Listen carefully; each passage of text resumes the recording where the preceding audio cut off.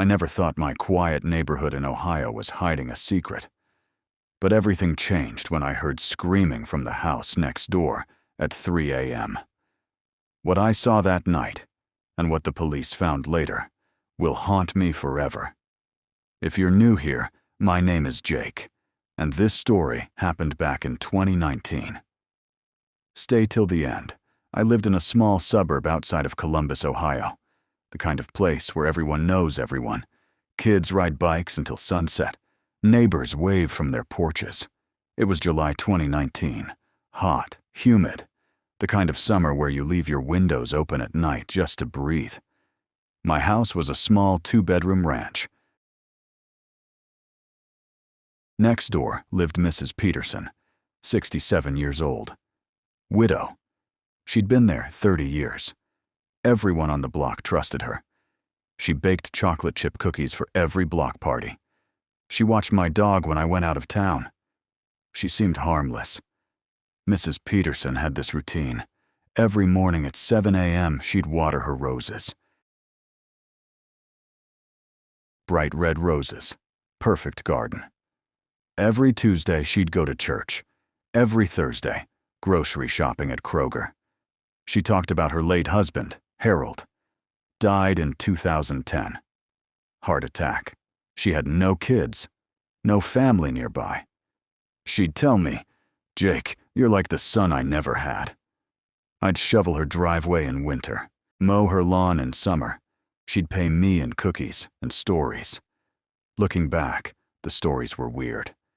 She'd talk about cleaning up messes and taking care of problems. I thought she meant gardening. I was wrong. It was July 17th, 2019. 3:07 a.m. I remember because I checked my phone. I was dead asleep when I heard it. A scream. Not a movie scream, a real one. Raw. Terrified. It came from Mrs. Peterson's house. I shot out of bed, heart pounding. I looked out my window. Her house was dark, all lights off. The screaming stopped after 10 seconds. Then silence. I told myself it was a TV. Maybe she fell asleep watching a horror movie. I almost called 911. But I didn't want to embarrass her. What if it was nothing? That was my first mistake. 3 nights later. July 20th, 2:45 a.m. I couldn't sleep. I was in my kitchen getting water when I saw movement next door. Mrs. Peterson, in her backyard, dragging something, a huge black trash bag, industrial size, the kind contractors use. It was heavy, too heavy for a 67-year-old woman. She was struggling, using both hands, leaving drag marks in the grass. She pulled it to the back corner of her yard, near the old shed. Then she went inside. I stood there for 20 minutes, frozen. Why was she taking out trash at 2:45 a.m.? Why was it so heavy? The next morning, I walked by her yard. The grass where she dragged the bag was torn up, like something with corners had been pulled across it. July 21st. Morning. I was in my garden picking tomatoes.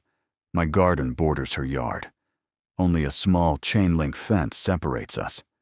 I saw something pink in the dirt, near the fence, where she dragged that bag. I thought it was a piece of sausage, or a weird mushroom. I picked it up with a stick. It wasn't a mushroom. It was a human finger, a woman's finger, nail polish still on it, chipped red polish.